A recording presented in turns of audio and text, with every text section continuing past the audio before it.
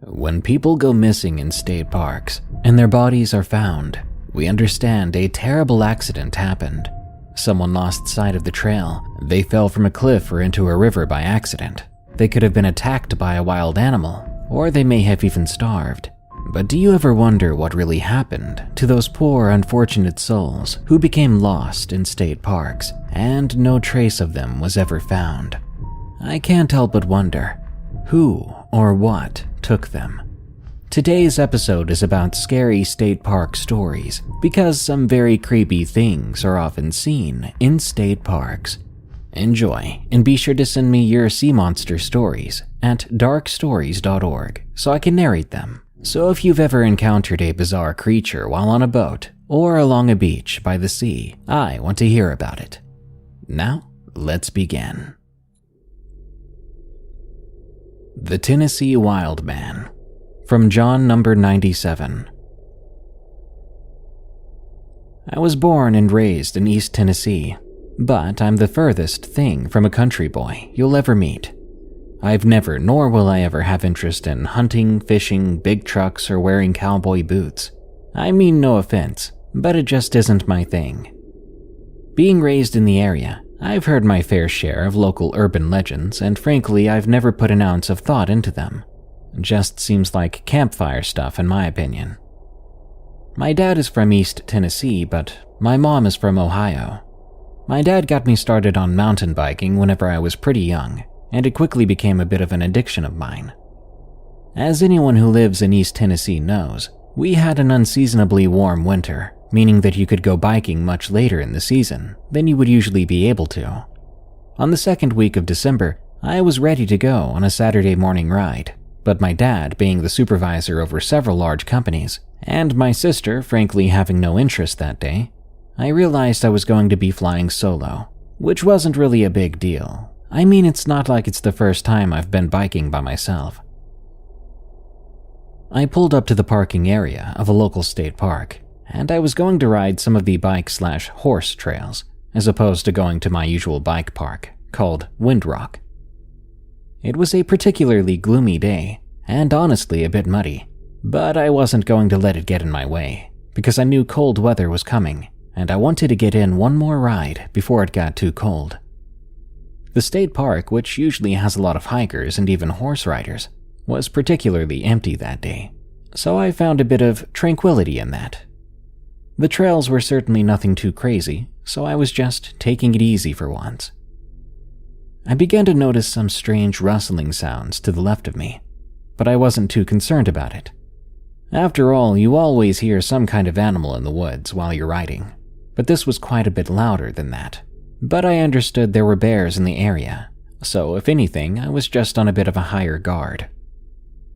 As I continued on my gloomy ride, the noises never did stop at any time.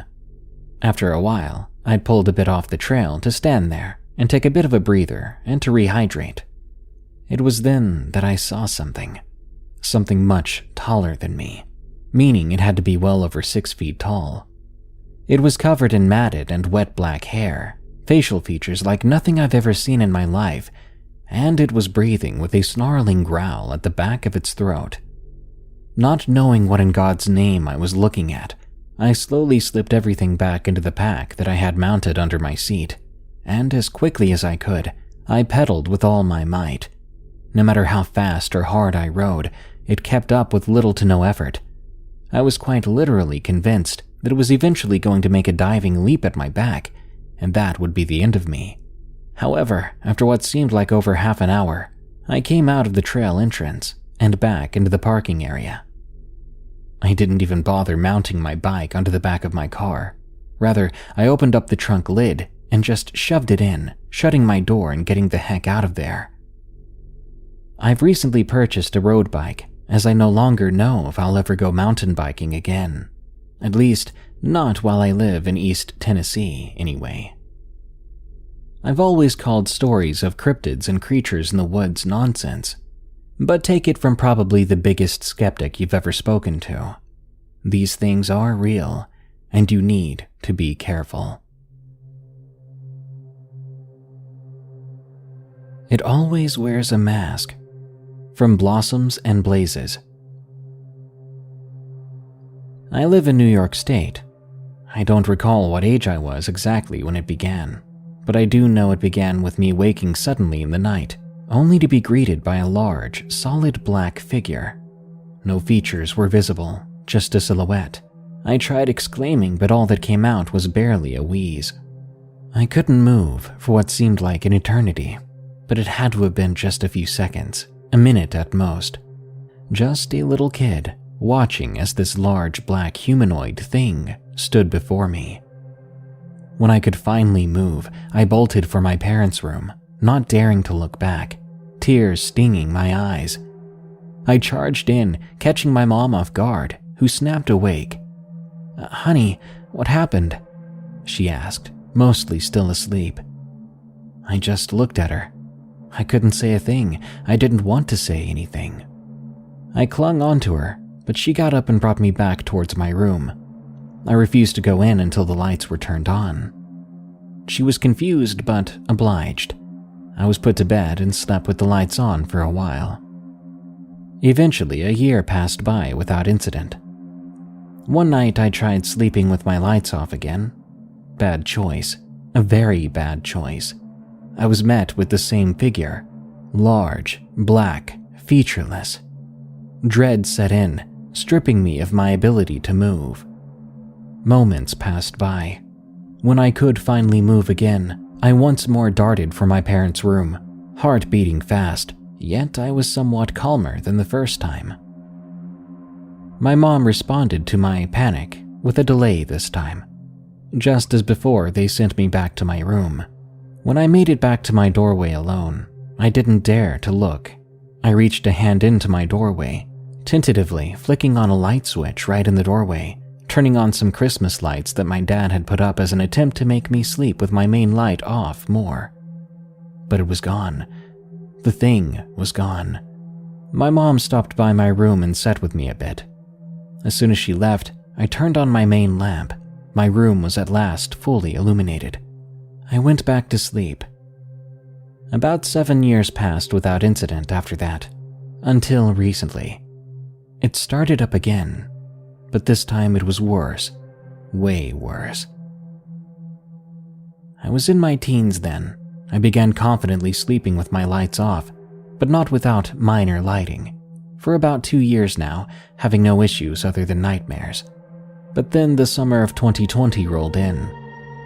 My family had used money originally intended for Disney World to buy a camper, which will be important later.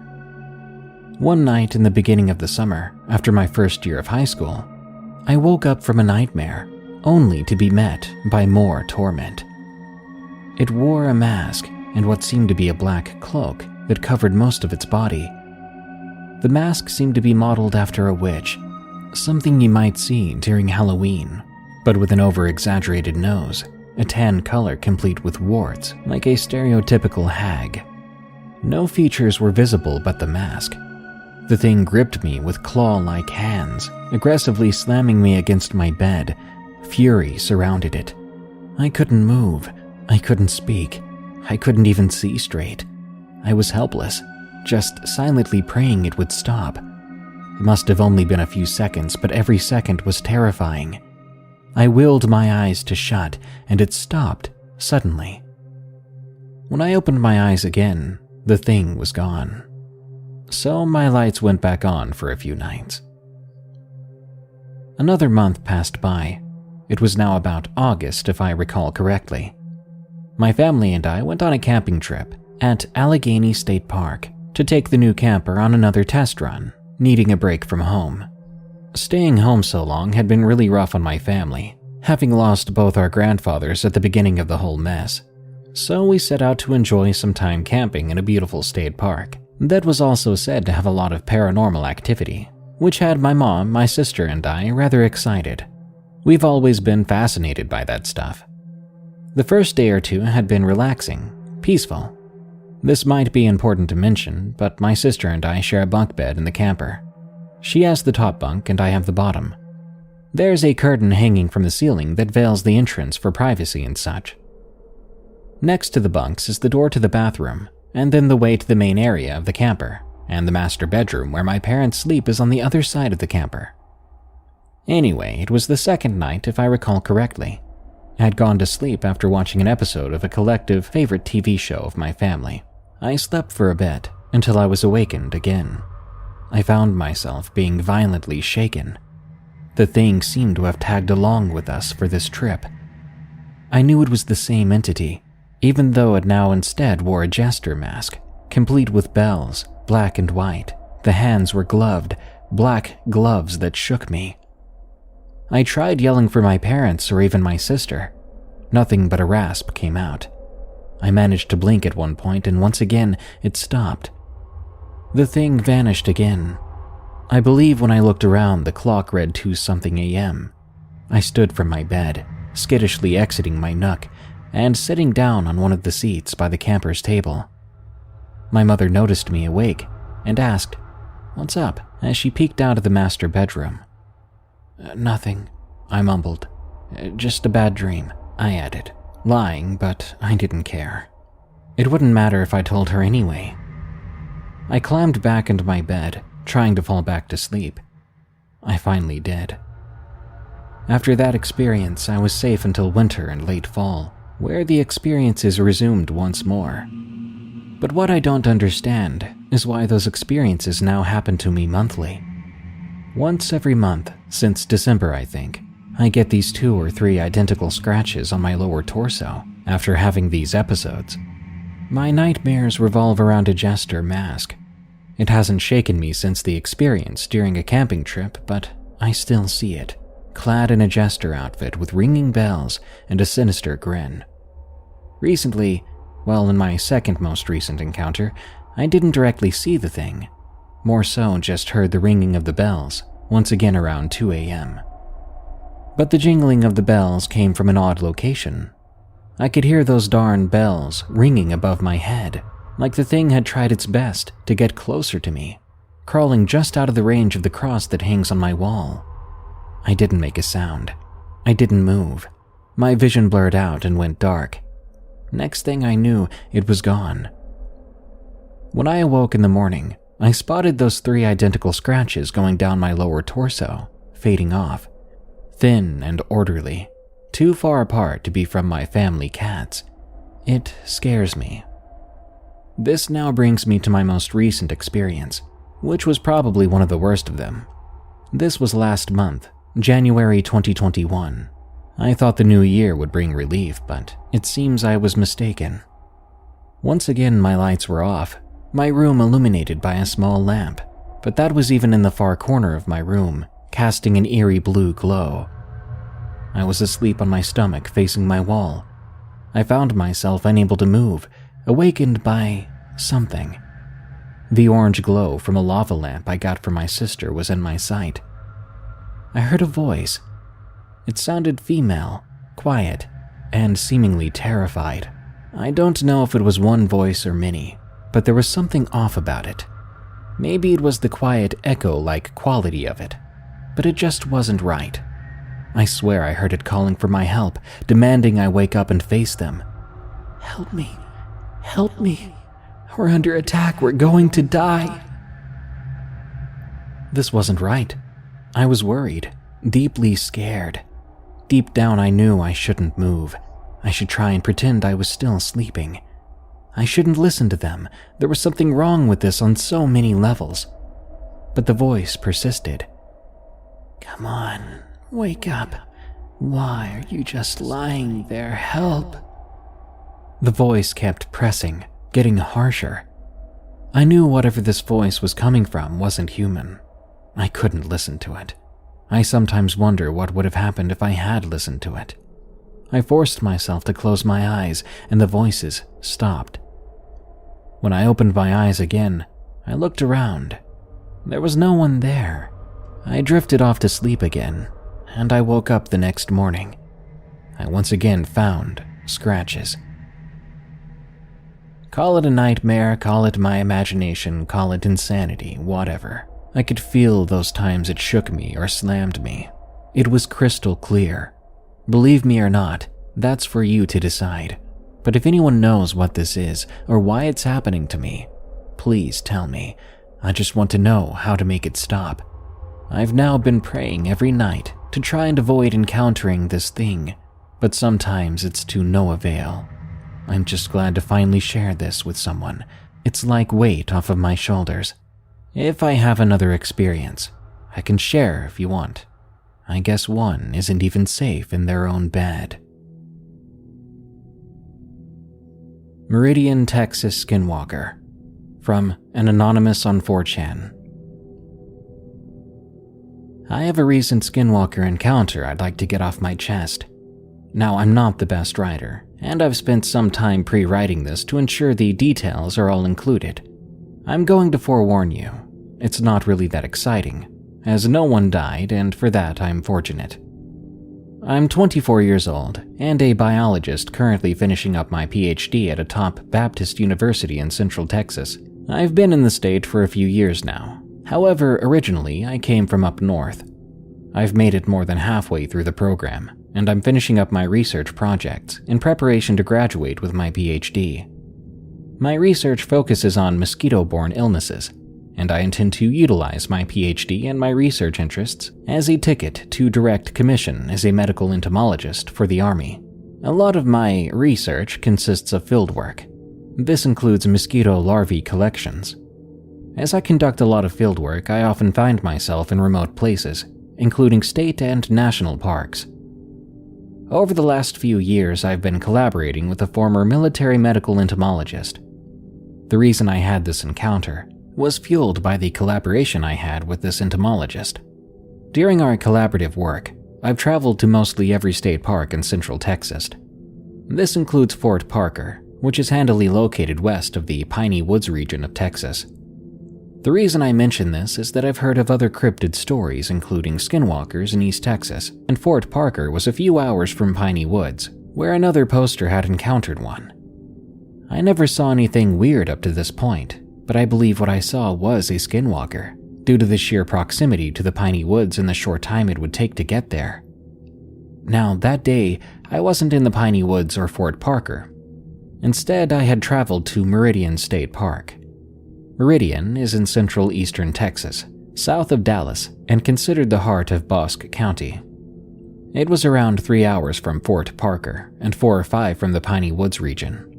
I was tasked with doing some mosquito larvae surveys to see what species were present, and this had become a routine activity, so I thought nothing of it. The park was eerily deserted for a Sunday morning with a few campsites set up and a few park rangers working. I quickly signed in at the ranger station, showing my collection credentials, and was given a parking sticker receipt for my car windshield. The weather was quite good, with a temperature around 74 and partially cloudy skies. I parked my car at one of the parking lots next to the lake, specifically next to Lakeside Campground Premium Shelter 4. I had counted no more than 5 cars, and from memory remember seeing a bunch of Taiwanese tourists. I applied some bug spray. As a biologist, I've learned a lot about mosquito-borne illness, tick-borne illness, and I wouldn't be a happy camper to be on the receiving end of any pathogen. I grabbed my rucksack out of my trunk, as well as my collection gear, which included my larval dipper, strainer, Eppendorf tubes, 50 milliliter conical tubes, etc. Now, I'm usually legally carrying when I go into state parks, due to being from the north originally and having to deal with predators. However, on that day, I chose not to bring my 9mm because it was so humid. My original plan was to hike the Bosque Trail and cross over onto the Shinnery Ridge Trail, sampling any streams I passed. I started out on the Civilian Conservation Corps bridge and made my way north on the Bosque Trail. It was pretty amazing at first. The forest was alive with insect activity, bird calls, and a slight breeze which rustled the trees. The Bosque Trail at this point crosses over into the smaller Little Forest Junior Trail, which is about 0.8 miles long. I stopped at Wildflower Field, as it was the first time I visited the park, and I wanted to see some of the sights, but the field was mostly dead. The wildflowers had been trampled, withered, and covered in weeds. Reluctantly, I continued along the trail and saw maybe one other person the quarter mile I was on the Junior Trail. He asked what I was doing, and I briefly explained why I was carrying all that gear. We parted ways, and I eventually made it back on the Bosque Trail. After a while, I stopped at Bee Ledge, which is a rock formation overlooking Lake Meridian. It was an amazing spot, so I decided to take a picture. Now, as I left that ledge, the weird things began to happen. These things would continue to intensify as I went down the trail. A quarter mile from the B ledge, I started to encounter large objects blocking the trail path. Several logs seemed to have been dragged onto the trail. Additionally, fallen trees were spread out along the next quarter-mile stretch. Crossing over them was quite difficult, and there were a lot of them. This continued for several hundred feet until the trail steeply went up the side of the mountain. It seems that at some point the rangers had carved out stone stairs into the rock face. However, they were deteriorated, and at this point, hard to traverse. The trail had a long railing made from what looked to be outdoor power cord. The disrepair continued to intensify as I made my way deeper onto the trail. At the start, the trail markers were shiny metallic rectangles with a blue indicator nailed to trees. However, they soon transitioned into just blue spray paint on the bark. I constantly kept getting lost on the trail. Now, I'm not a person who gets lost easily. I've had a lot of hiking experience and consistently went on collections in various state parks. Upon reaching the first stream, I crouched to unpack my rucksack and started to collect larvae using the dipper. The water wasn't that deep. It wasn't flowing and had become stagnant with a deep brownish color. Using my larval dipper, I collected water and strained it for mosquito larvae. I made several collections and ultimately found several species including Culex pipiens, Quinquefasciatus, a very common southern species. After taking my samples, I carefully packed my rucksack to ensure the samples wouldn't be disturbed during transit. From experience, if it's too shaky, they won't be able to float at the water's surface and breathe, ultimately leading to their death. It's much easier to identify an adult mosquito versus a larva, and I didn't want to have to identify 100 dead larvae. As I continued to venture forth, the trail started to get worse and worse. It reached a point where I became teed off, and I thought to myself, why the heck does it look this way? What are the rangers doing out here? I started to take GPS-tagged pictures, which I could pass off to the rangers for trail repair operations. At this point, I doubted that any common person, let alone a weekend hiker, would be able to successfully navigate the trail, and I thought it posed a significant safety risk. Continuing onward down the trail, I reached a dense area of woods. It seemed that out of nowhere, the trail entered a thick brush and stayed in it for a while. The thick brush had minimal undergrowth but darkened the trail due to the thick canopy created by the overlapping trees. Now, I am a religious person, thinking back. I should have realized that darkness ultimately relates to evil, and should have been forewarned of continuing. Entering those dense woods seemed to have transformed everything around me, not physically, but in a sense where it felt different. The bird calls disappeared, the insects were silent, and the trees were not rustling anymore. Slightly alarmed, I continued onward. I was approximately an eighth of the way through the Bosque Trail and had several more streams needed to be collected, which would take several hours. By then, it was 1 p.m. After a while, I felt as if I was being watched, and I started to get very anxious. I'm not a paranoid person, but I had a very strong feeling I was being watched. I usually don't get feelings like this, so when I experience them, it's usually wise to trust them. I scanned the area and didn't see anything, so I continued onward. There was still no noise, so I increased my pace so I could get out of this creepy area quickly. Soon I reached a second stream and decided to sample it. Like the first, the water was dark and stagnant. I unpacked my gear and quickly worked to collect samples. I found a few varied insect larvae, including several mosquito larvae and several dragonfly larvae. I removed the dragonfly larvae as they kill mosquito larvae, and if I had left them all, the mosquitoes would have been dead before I returned to campus. As I was packing up, I started to smell a stagnant copper smell. It's hard to explain, but the best explanation is a mixture of blood, roadkill, and death.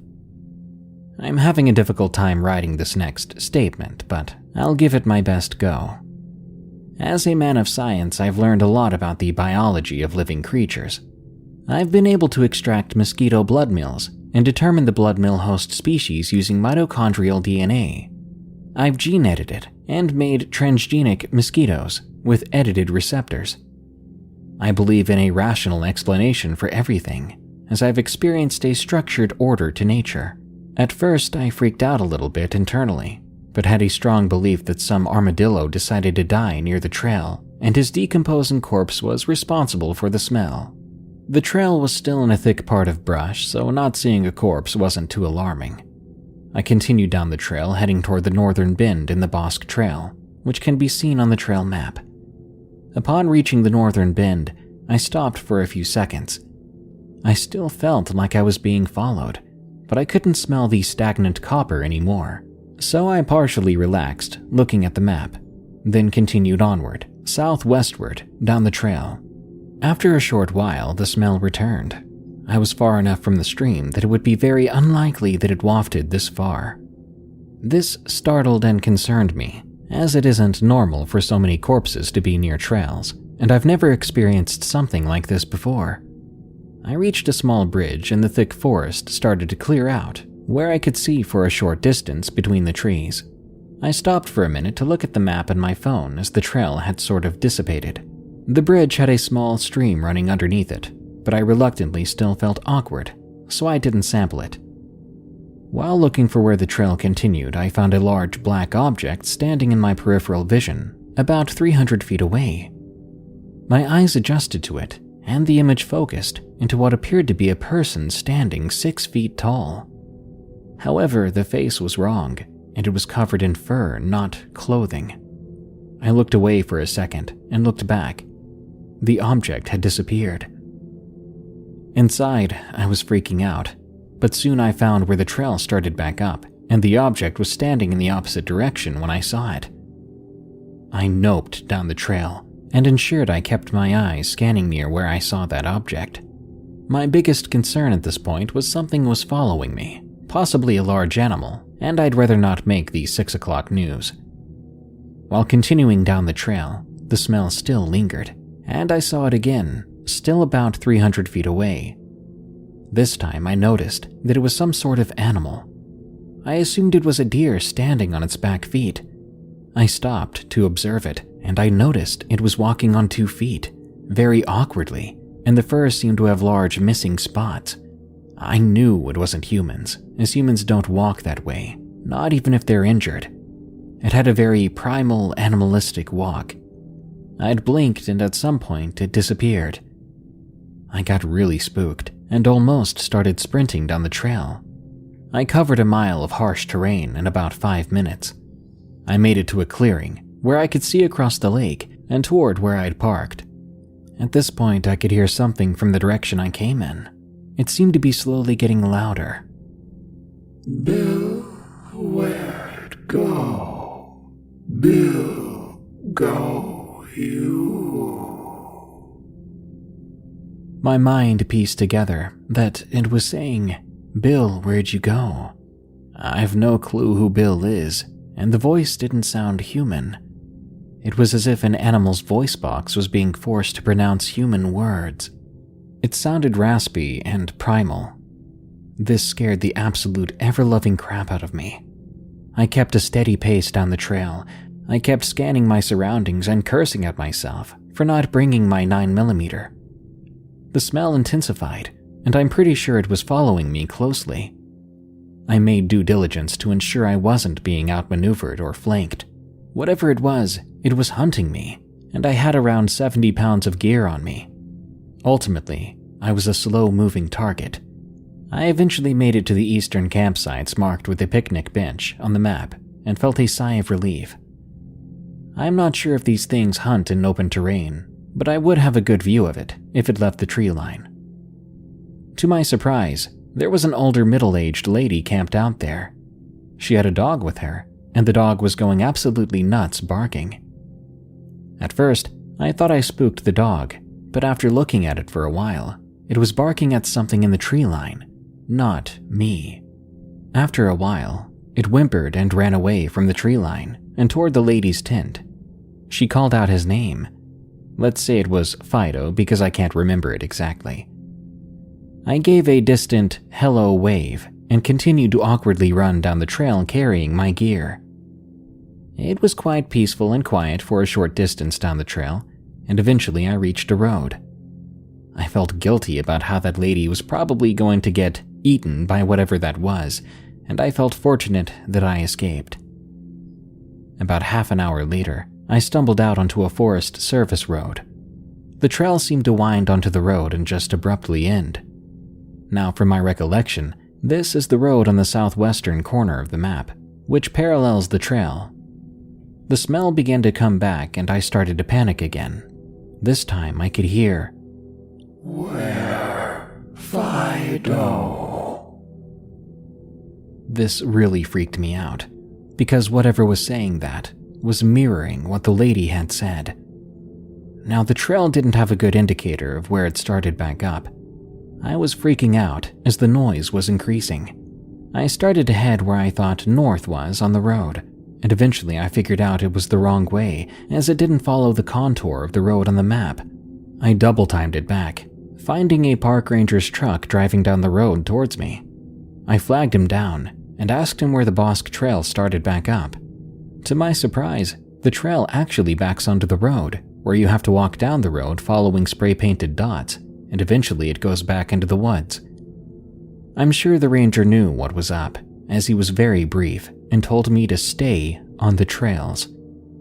I asked him if there were any predators in the woods, which I should worry about. His eyes got real big and he told me to stay on the trails again, not to deviate, and to probably call it a day. He took off speeding down the road, and I awkwardly sprinted southward, eventually finding the trail again. The whole time in the distance, I could hear, "Where trail back start?" That thing was mocking me and was stalking me while I talked to the ranger. I hauled tail down the trail and eventually reached a clearing. This clearing being the southern bend of the trail, where it curves off east into a straight line. The area was quite open, almost reminding me of a rice field, as there were swamps on either sides of the trail, and it was elevated on a grass mound 8 feet up and 10 feet wide. I continued in a sprint across the mound and reached the end of the trail where it looped to my car. When I made it to the bend, which led toward where I parked, I stopped and looked back. It was standing on the mound near the forest opening, maybe 200 feet away, just staring at me. It wasn't on 2 legs anymore, it was on all 4s. The face honestly looked like the descriptions I've seen before of skinwalkers. It was sunken in, red dots and black eyes. It also seemed to be smirking. I booked it to my car, threw my ruck in the trunk, and literally didn't stop until I reached my campus. Now, I'm not sure if it's real. I'd packed a good meal, lots of water, and wasn't dehydrated. I'm in good mental health, or as best as I can be in a PhD program. It wasn't a deer, a bear, or anything I've seen before. Since then, I've not wanted to go in the woods, or go collecting, rightfully so, without another person. I'm sorry if this was uneventful, but I really wanted to get it off my chest. That brings us to the end of this episode of Darkness Prevails. More terrifying stories are on the way soon, so subscribe and smash that like button. By the way, did you know this show is available as a podcast called Unexplained Encounters? Just search for, follow, and rate Unexplained Encounters on Spotify, Apple Podcasts, or your favorite podcast app. This show is part of the EerieCast network. Go to EerieCast.com for more scary podcasts, such as Freaky Folklore, which explores your favorite monsters, myths, and mysteries, as well as Redwood Bureau, a fictional horror podcast about an agent on the run from an evil secret organization that captures supernatural creatures and entities. Well, thanks for tuning in. Stay safe out there and stay creepy, because this world is a strange one.